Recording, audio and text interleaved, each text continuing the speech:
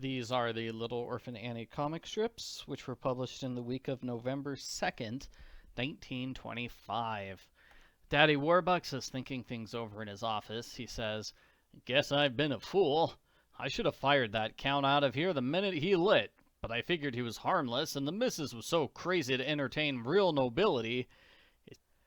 It seems it's a great social triumph to have a title visit ya.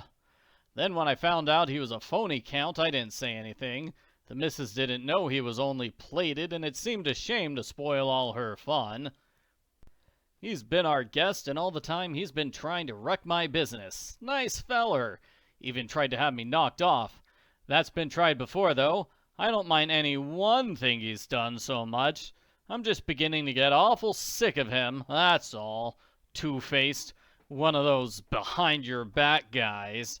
Why doesn't he come clean and put his cards on the table like a regular He-Man? By Jupiter, I'll put 'em on the table for him tomorrow.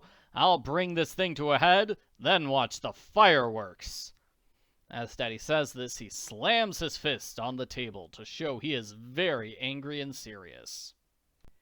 The next day, Daddy and the Count are both seated in chairs. They're talking.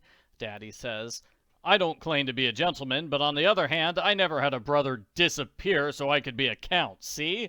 And I never double-crossed a guy in my life. My cards are on the table. Now you're coming clean, see? And no monkey business." The Count says, "Why, In the next panel, they're both standing up. Daddy Warbucks points an accusing finger at the Count. "As my guest, you ransack my home, bribe my servants, tap my wires, even try to murder me. If you're a gentleman like the missus says, I'm glad I'm just a businessman." The Count says, "Why, I won't tolerate this. I'll—" Warbucks pinches him on the nose, saying, "Oh, you'll tolerate it and like it, see? Sit down! I'll do the talking. If it wasn't for the missus, I'd have made you hard to catch long for this. She thinks you're a real count, see? Like your brother that disappeared.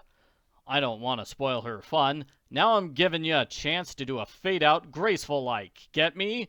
Take your time, but go! But don't take too blamed much time." After this big ultimatum, we have Annie and Mrs. Warbucks fighting. Mrs. Warbucks says, "Oh, you imp, I could scratch your eyes out. Mr. Warbucks and the Count have had a terrible falling out. And don't even speak. Ever since the Count took my side about sending you to a home where you belong, Oliver has hated him." She grabs a lamp. She says, The first big chance I ever had to be somebody socially, and you spoil everything. You make me a laughingstock, you troublemaker." Annie runs out of the room as Mrs. Warbucks throws the lamp at her. The lamp smashes against the wall with a crash, narrowly missing Annie. Later, Annie's by herself. She says, "Leapin' lizards! Is she steamed up about something? Gee, wonder what's wrong. Now, I didn't mean to make any trouble. Guess I was just born to be where trouble is, that's all." Annie's dog is also looking very surprised at how angry and violent Mrs. Warbucks has become. The next day, Annie talks to Daddy Warbucks, who is reading a newspaper in his comfy chair. She says, "Daddy?" He says, "Yes, Annie. What's on your mind?" She says, "I didn't mean to make trouble like Mrs. Warbucks says I did, honest.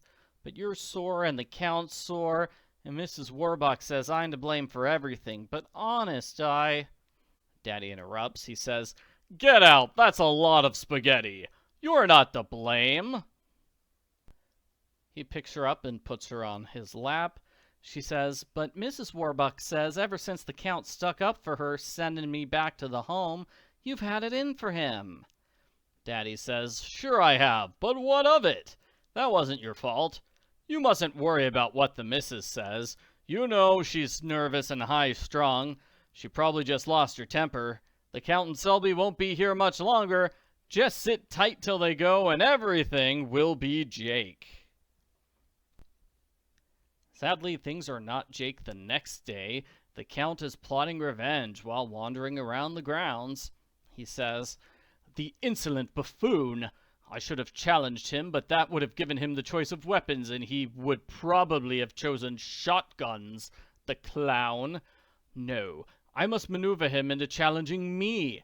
Yes, it shall be with rapiers. Ah, one thrust and all will be over for him. Why didn't I think of that before? The Count lights a cigarette while standing near a doorway. He says, "Yes, he shall challenge me. He will have to save his face. He can't refuse. I wonder why that little brat isn't following me as usual." In the final panel, Annie and her dog come through the doorway. Annie is singing, "Follow the swallow back home." Oh, hello. The Count is so surprised he drops his cigarette and his cane. On Saturday, the Count begins his plan to start a duel between him and Daddy Warbucks. The Count grabs Warbucks by the arm and says, "Ah, Warbucks, I have something to say to you. You are perhaps aware of the custom among gentlemen of settling affairs of honor by a duel. The gentleman who is insulted has the right to challenge." Warbucks is looking very angry at the Count as the Count holds up a glove, preparing to slap Warbucks on the face. The Count says, "Now, from time immemorial, it has been the custom to consider a slap across the face with a glove as an insult which can only be erased by a duel. So, to conform to the formalities..." The Count does smack Mr. Warbucks in the face with the glove. Warbucks is shocked, as is Annie, who's standing to the right. The Count says, "There! Only a cur would allow such an insult to pass unchallenged. So, if you are a gentleman..." In the final panel, Daddy punches the Count in the face really, really hard. The Count goes flying into a wall, into a clock. His gloves go flying. Annie jumps up saying, "Wowee!" Warbucks says, "Slap me on the jaw, will ya? Duel, is it? I'll give you all the duel you want right now. How do you like it?" I suppose readers of the comic strip will not be too surprised to learn this does not bring an end to the hostilities between Warbucks and the Count. Things only get worse the next week.